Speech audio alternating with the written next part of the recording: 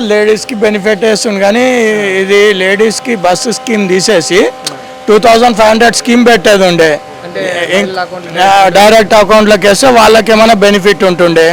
ఇప్పుడు వేస్ట్గా వాళ్ళు తిరగడం వాళ్ళకు కూడా రిస్కే కదా, కొంచెం అది కూడా ఆలోచించుకునేది ఉండే. ఇప్పుడు వాళ్ళకు వేస్తే వాళ్ళు దేనికైనా యూటిలైజ్ అవుతుండే. అది ఇంకొకటి గ్యాస్కి కొంతమందికి వేస్తున్నాడు, కొంతమందికి వేస్తలేడు. అది మాకు 905 500కి వస్తలేదు, అది చాలా మందికి వస్తలేదు. అది ఇంకొకటి 200 యూనిట్స్ ఫ్రీ అంటున్నాడు, అది కొంతమందికే యూటిలైజ్ అవుతుంది, కొంతమందికి యూటిలైజ్ అవుతలేదు. రెండేళ్ళలో అంటే కొంచెం మంచిగానే పర్వాలేదు, లేడీస్కి కొంచెం బెనిఫిట్. అదొకటి బస్ ఫ్రీ, ఒకటి స్కాలర్షిప్స్ కూడా సరిగ్గా పడతలేవంట స్టూడెంట్స్కి, ఏం వస్తలేవంట. అది మీరు చెప్పండి, మీ ఒపీనియన్ ఎట్లా ఉంది? నేనేం చెప్పాలి, వేస్ట్ ఉంది గవర్నమెంట్ వేస్ట్. అంటే మెయిన్గా మీకు ఎక్కడ ఇబ్బంది అనిపించింది గవర్నమెంట్లో?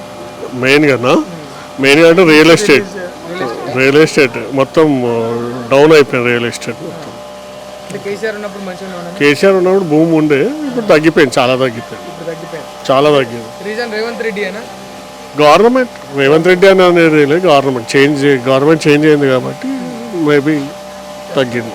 మీరు అనుకున్నది మళ్ళీ కేసీఆర్ వస్తే బాగుంటుంది అనుకుంటున్నారా, లేకపోతే రేవంత్ రెడ్డి చేయగలుగుతాడా?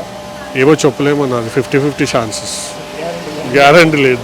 దానికి మనం ఏం చేయలేము. ఎవరైతే ఓట్లు వేస్తారో వాళ్ళకి. నేను వేస్తాను కేసీఆర్కి, ఆయన వేస్తాను, మీరు వేస్తాను, ఎవరు దేనికి వేస్తారో తెలియదు కదా, చెప్పలేము. చేస్తాడేమో రేవంత్ రెడ్డి. అంటే ఇప్పుడు ముఖ్యమంత్రి పదవికి రేవంత్ రెడ్డి సూటబులా మీ ఒపీనియన్ ప్రకారం?